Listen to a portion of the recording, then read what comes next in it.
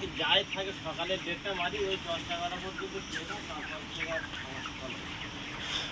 এখন আমাদের এই বর্ষার সময় পাখি খুব খাওয়ার পত্রে খুব ছত্রাক বা ইস্ট, যেটা আমরা বলি ইস্ট জন্মাবে, যেটাকে আমরা সবসময় পরিষ্কার করতে হবে। দেখতে পাচ্ছেন আপনারা খুব বাজেভাবে ইস্ট জন্মে আছে খাওয়ার পাত্রে। এই যে গুঁড়ো গুঁড়ো এই যে খাবারের উপরে ভাসছে, এইগুলোকে সপ্তাহে অন্তত 3 দিন করে পরিষ্কার করে দিতে হবে, একদিন বাদ একদিন। এই দেখুন এইগুলো পোকা,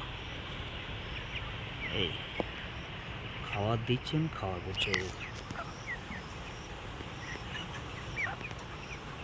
বুঝতে পারছেন? এই দেখুন পোকা, এইগুলো খাওয়া বললে পাখির পায়খানা ট্রাবল 100% আসবে। লুজ পায়খানা, ফিট পায়খানা, গুড় পায়খানা, বিভিন্ন রকম পায়খানার সম্মুখীন আমাদের হতে হবে প্রত্যেকটা খাবার। দেখুন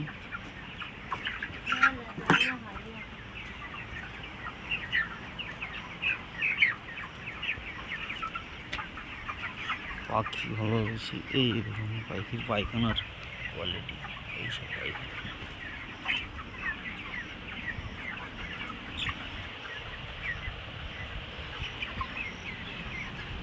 বিভিন্ন রকম কোয়ালিটির পায়খানা চলে আসবে পাখির। লিটার কিন্তু খুব খারাপ নেই, হালকা আছে লিটারও খারাপ করে ফেলেছে পায়খানার সমস্যার কারণে। সব থেকে মূল কারণ হচ্ছে এটাই, এই বর্ষার সময়টা খুব পরিমাণে হবে এবং এটাকে খুব তাড়াতাড়ি পরিষ্কার করতে হবে। একদিন বাদ একদিন পরিষ্কার করতে হবে এবং খাবারটাকে ঝেড়ে পরিষ্কার করে নিতে হবে। সকালবেলা যে খাবারটা থাকবে সেটাকে ঝেড়ে একটা গামলায় ঢেলে নেন, খাবারটাকে পরিষ্কার করুন, আবার নতুন করে খাবার দেন। খাবার টান করতে হবে না, খাবারের যে খাবারটা থাকবে সেই খাবারটাকে ঝেড়ে নেন, নিয়ে খাওয়ার পাত্রগুলো পরিষ্কার করুন, পরিষ্কার করে আবার নতুন করে খাবার দেন। তাহলে দেখবেন এইগুলোর থেকে সম্মুখীন হবেন না, পাখি ফ্রেশ থাকবে, কোনো রকম সমস্যা হবে না। পাখিটা আজকে 28 দিন বয়স, 28 দিনে পাখিটা 1750 থেকে 1800-র কাছে ওজন আছে।